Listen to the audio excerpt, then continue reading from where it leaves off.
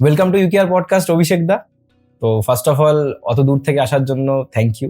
আর কেমন লাগছে সেখানে? খুব ভালো। আর তোমাদের পডকাস্টের সাবজেক্টটাও খুব ভালো, ওই জন্য আরো ভালো লাগছে। হ্যাঁ, বেসিক্যালি সাবজেক্টের কথা যখন বললেই, তাহলে আমি ডিরেক্ট সাবজেক্টেই আসি।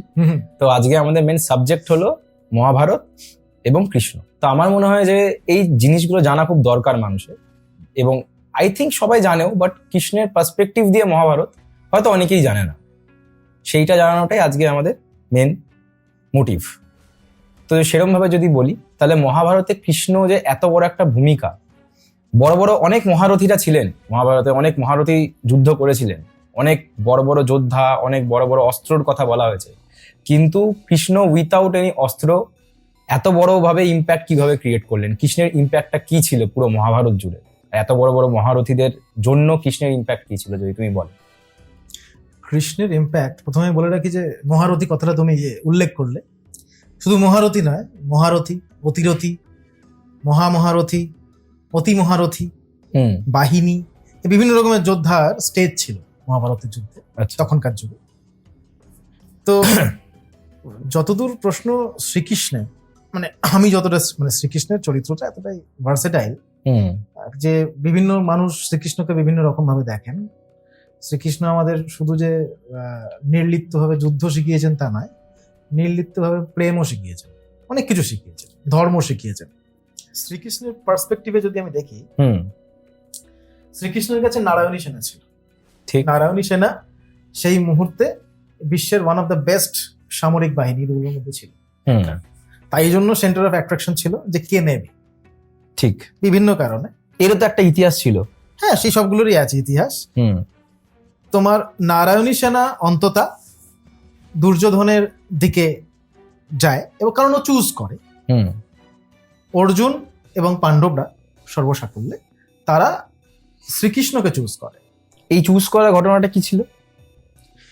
চুজ করার ঘটনাটা বেসিক্যালি দেখো, ঘটনা কি ছিল সেটা বড় কথা নয়, চুজ করার যে সেন্সটা কাজ করছিল সেই মুহূর্তে, সেটা ছিল পাণ্ডবদের মধ্যে যে 5 জন তারা সামরিক বিদ্যাতে সক্ষম ছিলেন, আচ্ছা, সর্বসাকুল্যে। কিন্তু মানে ঐতিহাসিকভাবে যদি বলি আমি, যুধিষ্ঠির কিন্তু একজন খুব ভালো লিডার ছিলেন না। ছিলেন না। সেটা হলে শ্রীকৃষ্ণের সেখানে দরকার পড়তো না এই 5 জনকে ট্যাকেল করার। বড় ভাই হিসাবে যেটা প্রয়োজন ছিল যুধিষ্ঠিরের, যে তাদের মেন্টর হওয়া, সেটা হয়তো না হতে পারাটাই শ্রীকৃষ্ণের পাণ্ডবদের দলে আসার মুখ্য কারণ। আচ্ছা, ঠিক আছে। শ্রীকৃষ্ণ দুদিকেই লড়েছেন আমার মতে। মানে শ্রীকৃষ্ণের যে ব্যাপারটা ছিল না, যদি কেউ বলে যে কথায় আছে না, যা নেই ভারতে তাহা নেই মহাভারতে, মানে মহাভারতে এমন কিছুই নেই যেটা ভারতে নেই।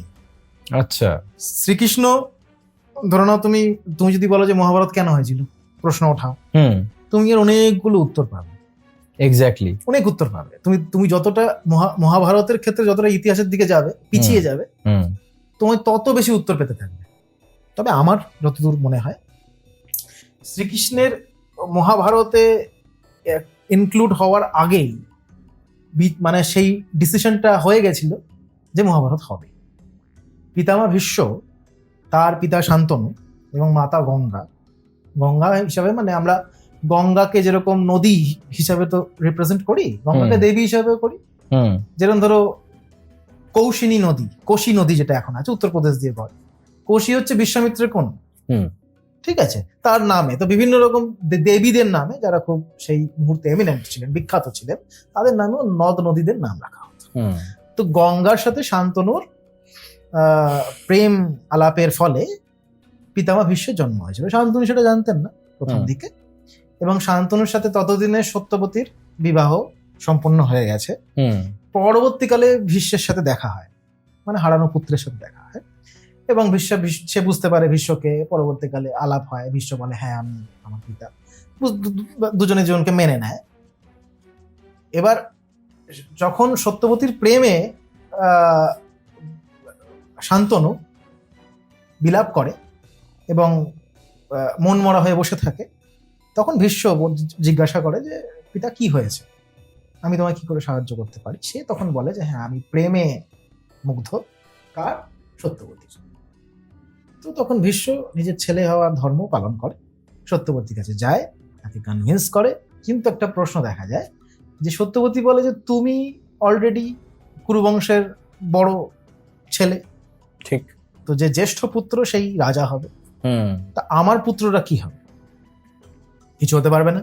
হুম তো তুমি যদি এখানে শপথ নাও যে তুমি কখনো বিয়ে করবে না বা তুমি কখনো রাজা হবে না, তাহলেই আমি শুধু ফিরে যেতে চাই, ফিরে যেতে পারবো না, তখনই ফিরবো আমি। তো ভীষ্ম তখন একটা প্রতিজ্ঞা করে যে আমি কখনো বিবাহ করব না এবং চিরকাল হস্তিনাপুরের সিংহাসনকে রক্ষা করব। এবং এই যে প্রতিজ্ঞা, মানে শ্রীকৃষ্ণ আমাদের শিখিয়েছে যে ধর্মের পথে ফ্লেক্সিবল হওয়াটা খুব জরুরি। রাম হচ্ছে পুরুষোত্তম, হুম ম্যান অফ এথিক্স, খুব এথিক্যাল, এদিক থেকে ওদিক মানে পান থেকে চুন খসবে না। হুম রামের চরিত্র হচ্ছে এরকম, মর্যাদা পুরুষোত্তম রাম বলা হয় না? ঠিক। শ্রীকৃষ্ণের ক্ষেত্রে কিন্তু কোনো পুরুষোত্তম কোনোদিনও দেখবে না শ্রীকৃষ্ণ চরিত মানুষ লেখা হয়েছে। হুম শ্রীকৃষ্ণের ক্ষেত্রে কি শ্রীকৃষ্ণের লীলা হয়, রামের কিন্তু লীলা হয় না। রামের আদতে চরিত মানুষ, মানে একদম খুব খুব স্ট্রিক্ট, খুব স্ট্রিক্ট, খুব স্ট্যাগনেন্ট রামের ক্যারেক্টারটা। কিন্তু শ্রীকৃষ্ণ সেটা না, শ্রীকৃষ্ণ খুব ফ্লেক্সিবল। শ্রীকৃষ্ণ যখন মহাভারতের যুদ্ধে নিজেকে ইনক্লুড করেন, তখন যুদ্ধটা আদতে শ্রীকৃষ্ণ দুদিক থেকে লড়েন। দুদিক থেকে বলতে কৌরবদের জন্য প্লাস পাণ্ডবদের জন্য। এক্স্যাক্টলি। কৌরবদের জন্য কিভাবে? অভিমন্যু যখন চক্রভিউতে, যেমন তখনকার যুগে চক্রভিউ, ত্রিশূল ভিউ, এগুলো সব ভিউ রচনা করতো, হুম এই মানে সামরিক একটা ব্যাপার ছিল তখন। তো সেই চক্রভিউতে যখন অভিমন্যুর আগে অর্জুনের যাওয়ার কথা ছিল, হুম অর্জুনই যেতে চেয়েছিলেন, হুম কিন্তু শ্রীকৃষ্ণ আটকায় না, অভিমন্যুকে যেতে কোনো অসুবিধা নেই।